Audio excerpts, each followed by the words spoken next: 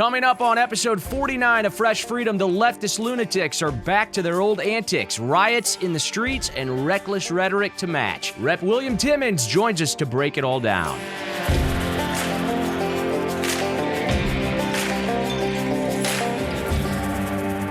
Welcome to the Fresh Freedom Podcast, featuring freedom-focused representatives who are fighting for conservative values and defending your constitutional rights. I'm Nate Lucas, joined as always by Representative Eric Burleson from Missouri's 7th District, and our special guest is Representative William Timmons from South Carolina's 4th District. Mr. Timmons serves on the House Financial Services Committee, as well as the Oversight and Government Reform Committee, where he chairs the Subcommittee on Military and Foreign Affairs.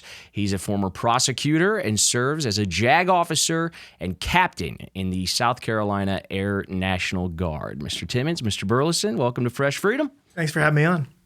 Thanks for coming on. I really enjoy being on Oversight with you. And, you know, I'm usually in the front row, right, as a freshman, but I look back at you guys and you usually bring the heat whenever it's time for questions. So I got put on Oversight last Congress, and it is so much more fun than financial services.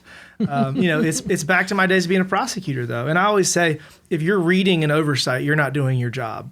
You know, your job is to listen and ask questions and kind of pursue the truth. And that's kind of what I did when I was a prosecutor. And you can't really prepare for it in written. I mean, I don't know. Some people read, but I can't do that. And I just kind of speak from the heart, and it's gone well. And it honestly makes me so much better at my job when I'm talking to constituents, because it forces you to really dig into it. And my predecessor, Trey Gowdy, you know, he did different parts of the job well. And the one thing he did better than anybody was prepare for a hearing on oversight or judiciary. He would spend 8 or 10 hours for his 5 minutes. And he was always just electric because that's what he knew well. So I've enjoyed it.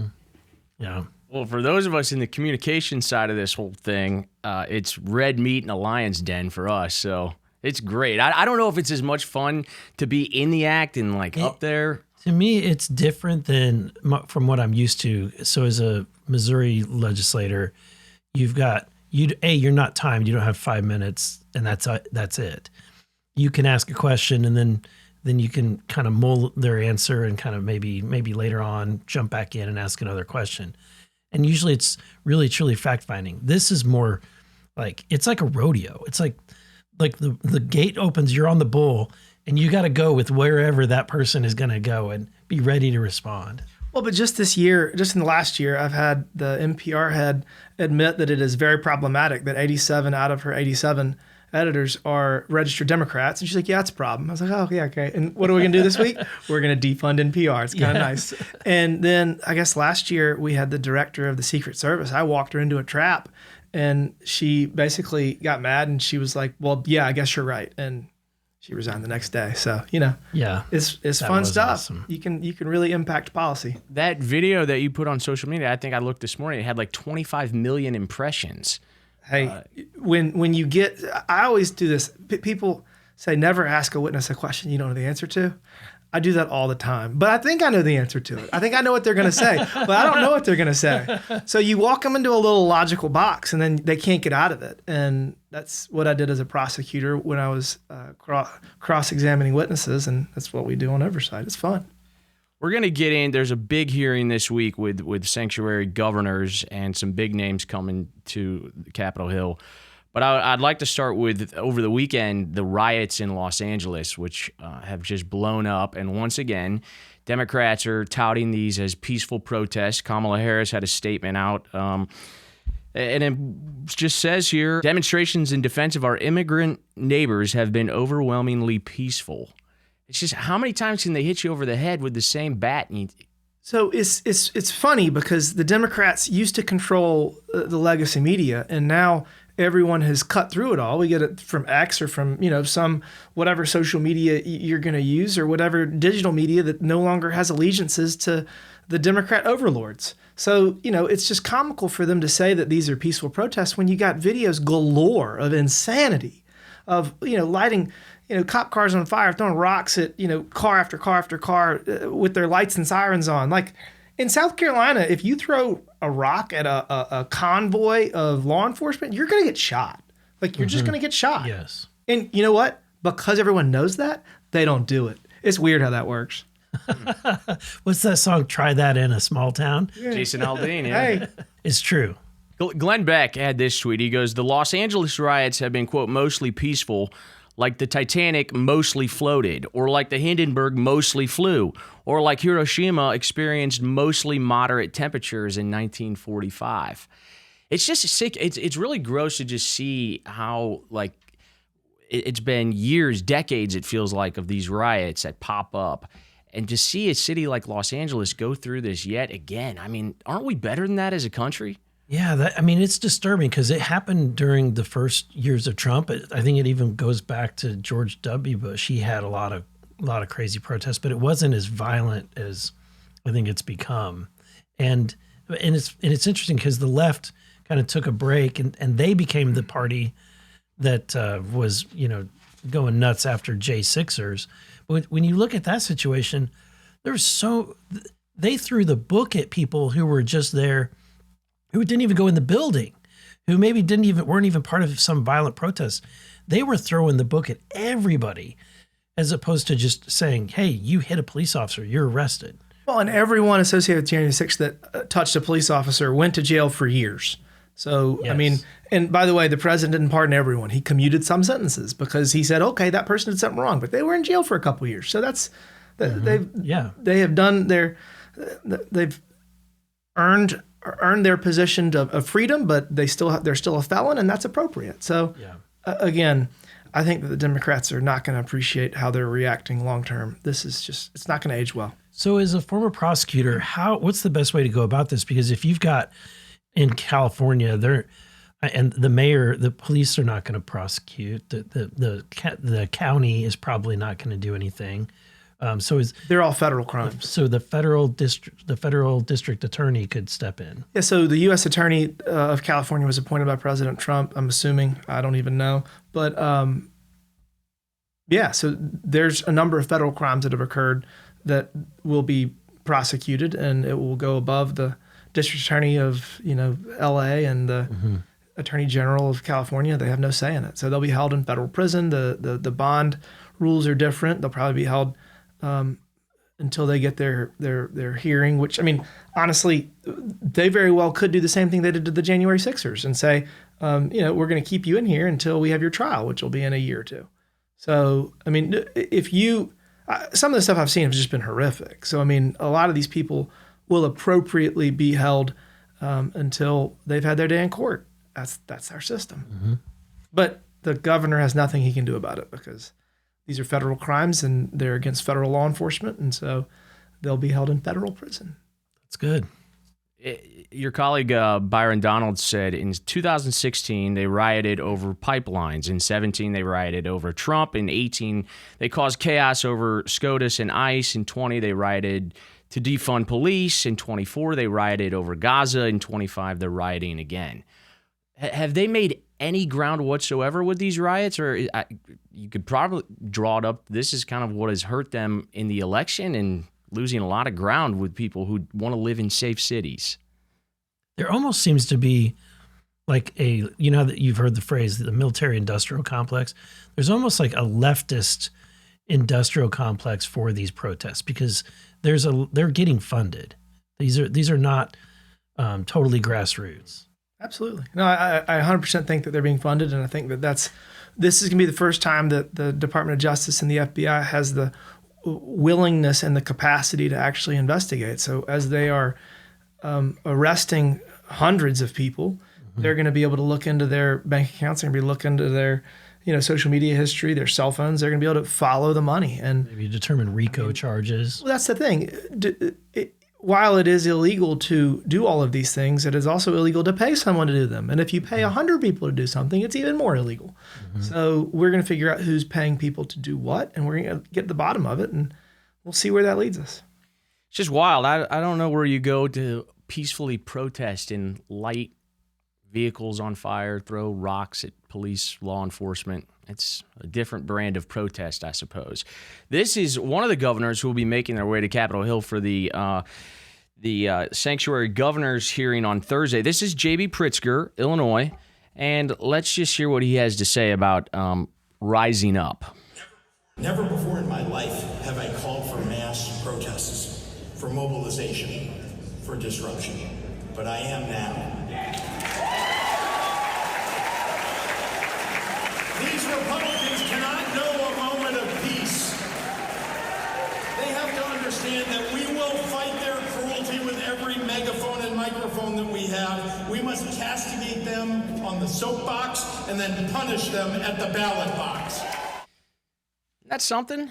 Imagine if a Republican started saying that on a stump speech. How well would that go? They'd probably be, prosecuted, I would think. He's going to have some fun this week.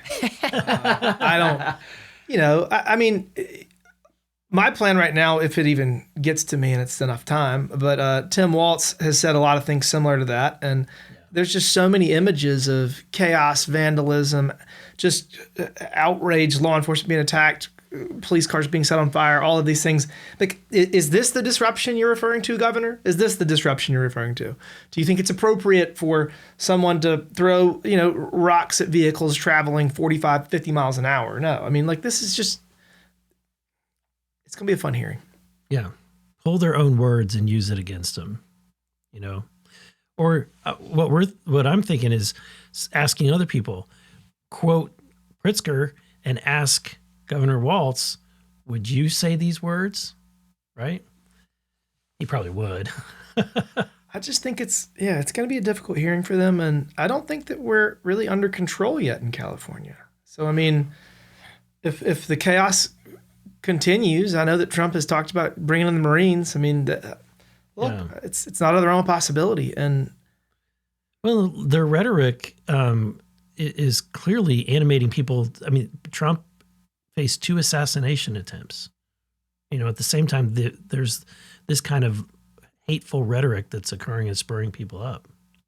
Well, and we have one Democrat lawmaker that has multiple federal charges in New Jersey, and then there's multiple House ethics issues. And I mean, she physically assaulted a member of Congress, physically assaulted federal law enforcement. I mean, I don't see how this is going to help them regain the majority. And I don't see how this is going to convince American people that they're the party that should be in charge of our country. Yeah. I mean, I just don't get it. For what it's worth, Mr. Pritzker has been, I guess, going through intense training, very similar training to what Mike Johnston did, the mayor of Denver, who was in for the sanctuary mayor's hearing. And it's with a lawyer from the Biden administration, and he's come out and said, I think there may be some members on that committee who are simply there for a dog and pony show, who simply want to grandstand in front of the cameras. So that's what he's anticipating from, I suppose, Republicans. I'm going to do everything, the same thing I do every time. I'm going to walk them into a logic box and let them try to find their way out of it. And there's actually, the whole purpose of it is that there's no way out of it. And they're going to go, oh, okay. Well, just to call them, somebody's got to call these people out on their stupidity and their policies that are destroying this country, making their states and their towns hellholes, While they want us to bail them out. Yeah. That's the best part. And that's ironically, these blue states are the ones that are milking the rest of the states, the red states, for a lot of this money for Medicaid and especially the money laundering that they're doing in these states. I mean, we're the ones funding a lot of this crazy activity.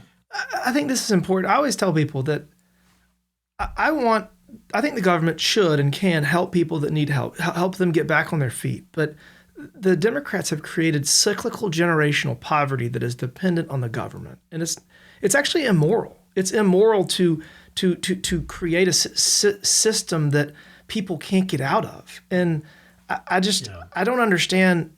They're not helping these people.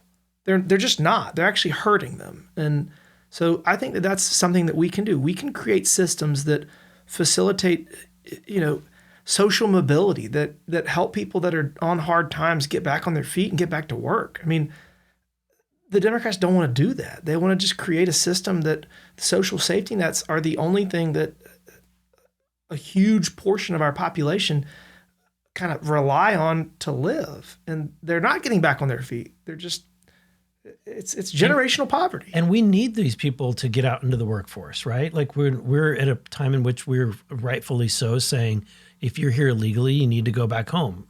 Be productive in your nation. And at the same time, we need people to fill those roles, right? And so that we got, what do they say, 20% of the working age young men who are single are not working. They're not unemployed. They're not even looking. Well, it's because the social safety nets create a base level of existence, and they're supplementing it with not reported income. Right. And so I was on Newsmax last week, and they asked me about the jobs report, which was fantastic, showing that the president's policies are working. But I said, you think it's great to have 139,000 people enter the workforce? Wait till you have 5 million people that can either continue to get health care or get a damn job. Like 5 million people that are going to start working because they want to keep their health care. That's going to put a massive dent in our unemployment rate. I mean, right there. I mean, when you talk to businesses, I'm sure in your district, in my district, every business you talk to, getting employees is a number one workforce problem. Development. I mean, we're going to be growing because of all the things that we're doing, because of the big, beautiful bill, because of renegotiating our trade agreements, because of unleashing our domestic energy. All of these things are going to result in such a wild economic growth. And we need people to work. We're going to have to get our people back to work. And then we're going to have to fix our immigration system to get people that come through the front door that don't have criminal records, that are here for the right reasons. And that's the path to growing the economy. We haven't talked about debt yet, but I mean, our national debt is the biggest threat to our way of life. And we can't cut our way out of it. We can try, but we got to grow our way out of it. And all of these things are going to cause economic growth that we've never seen before. Well, that starts this week if the bill comes to the floor, and that would be in a rescissions package. Now, it's $9.4 billion, and it's two areas that the DOGE subcommittee has tackled at great length, and that's NPR, PBS, and it's also USAID, which is just a liberal pet project and exposed by DOGE. The hope is that this is just part one, right? Like, we need to go a lot farther in these rescissions packages to make a true dent in this thing. This is the test case. Can we do it? And I mean, I think you're exactly right. We got to start chipping away at it. But, some of these programs, I always tell people we're not abdicating our leadership in the global community by dismantling USAID. We are restructuring it. We're putting it under Secretary Rubio's, purview, making sure that we're actually doing things that help taxpayers. I mean, some of the stuff that USAID was doing was just insanity. And I mean, we have the DOGE hearing last week where they gave $27 billion in the last 8 months for reducing greenhouse gases. $27 billion, no bid contracts. Like, we just can't do stuff like that anymore. To businesses that weren't even 6 months old. Yeah. That were just created overnight with no money. Put $100 in a bank account and create an LLC. But if you look at the people on the board of directors, it was the former HUD secretary, it was the former Fannie Mae head, it was, the former special advisor to the president. Like, I mean, you just can't make this stuff up. The funny thing is that, look, I was a prosecutor, it is technically legal, but it is the biggest abuse of authority and the most egregious. I mean, it's just insanity. Yeah. And we're going to get it back. And, this vote this week's going to be important because you got a couple of moderates that one of the Cardinals said something interesting. So, I mean, we got to get this vote passed, but I don't think anybody is going to stand up for USAID, NPR, or PBS. Fingers crossed. If they're going to die on a hill, this might not be the one to do it. I mean, the PR campaign against all three of these, USAID, NPR, and PBS, because there are going to be some tougher votes ahead if these rescissions packages keep coming. Well, and the head of PBS was the most impressive witness we had at that hearing. And she was very thoughtful and articulate, and it was hard to get one by her. But the NPR was not that great. And then, honestly, USAID's like just you can't even make it up. I mean, some of the stuff that we've done with taxpayer dollars is just insane. I mean, it really is just wild. Yeah. And really detrimental to the United States. What I think will be interesting is if we are able to pass this through the House and the Senate is able to, then suddenly it's like we're taking like the gears of a rusty old machine and suddenly turning the crank and getting some of the rust off. And people will say, like, we pass it and people realize, hey, the world didn't come to an end. I didn't have like people absolutely screaming in my district. Then maybe we were able to start the snowball and get some more done. To play devil's advocate, I think we're going to have a problem with all of our traditional funding. Government funding is going to require 60 votes in the Senate. And if we are doing rescissions packages left and right of previously agreed to spending, it's going to be very hard to fund the government. So we could live under a CR for the next 4 years, which is bad in its own right for a lot of different reasons. But I just don't see how we're going to find bipartisan agreement on spending, on funding the government. And I mean, look, the DOD really struggles under CRs. But I guess if we tell them they're going to be under a CR for the next 3.5 years, get over it, they'll probably make plans. And we moved a lot of their money to mandatory. So there you go. Yeah. Can you give us a quick update on the Timely and Accurate Benefits Act? Sure. We were talking about this earlier. The president has been very clear that he doesn't want to touch our social safety nets. He just wants to seek out waste, fraud, and abuse. And I couldn't agree with him more. Right now, we just need to really streamline the government, use best practices, use technology to make sure that people that deserve benefits are getting them and getting them quickly. So I filed the TABS Act, Timely and Accurate Benefits Act, and what it does is it uses the technology that was proven in a Missouri pilot program for Medicaid. It basically, if you fall in hard times and you need to get a means tested program, Medicaid in this case, you, instead of taking your W-2 or your tax returns or whatever, every state does it differently. You basically log into your bank account through a website, and then it checks your bank records and it says, all right, log into your Venmo, your Zelle, your Cash App. And then it immediately tells you whether you're eligible or not, because it can actually determine your true income. And so you get benefits immediately, or you're told you're not because you make too much money. And then the minute that you no longer are eligible because you make too much money, you lose your benefits. So again, just using technology to guarantee that you are eligible and then make sure that you are eligible the entire time you're getting it, that reduced Medicaid costs in Missouri by 17%.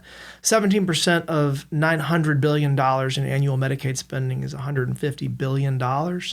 In the current reconciliation bill passed out of the House, we said you have to check twice a year for eligibility. So, I mean, this is a no-brainer to me. I've been pushing it very hard. Senator Jim Banks has filed a companion bill in the Senate, and Senator Graham, the chair of budget, is working on getting a CBO score.